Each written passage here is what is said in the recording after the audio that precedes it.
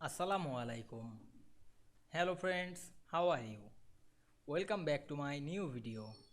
In this video, I am going to show you how to add brackets to numbers in Microsoft Word.